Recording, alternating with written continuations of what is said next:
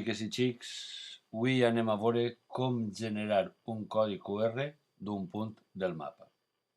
En primer lloc, hem d'anar, com ja sabem, a la pàgina de Google Maps. Escrivim Google Maps, intro, i obrim Google Maps. En la banda superior esquerra escrivim el punt que volem localitzar. En el nostre cas, i com a exemple, la cala d'en Bolo de Xàbia.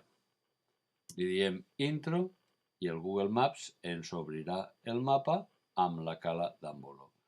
Com ja podeu comprovar, a la banda esquerra tenim la foto, la referència i justet davall hi ha 5 icones.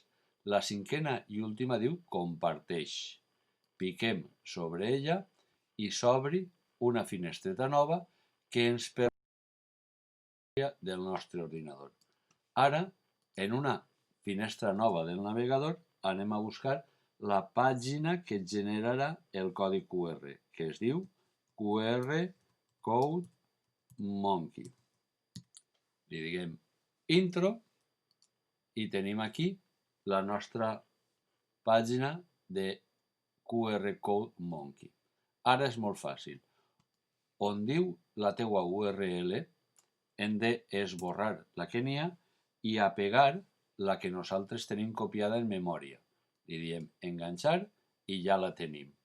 Ara, per a generar el codi, piquem sobre el botó verd que tenim a la dreta i canviarà a un nou codi, que és el que podeu comprovar que està aquí dalt. Com el passem ara al nostre full, al nostre document o on vulguem? Podem, si sabeu, fer una captura de pantalla.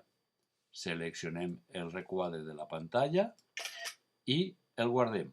O bé, més fàcil encara, piquem sobre el botó blau on diu Download PNG i descarregarà al nostre ordinador una còpia del codi QR.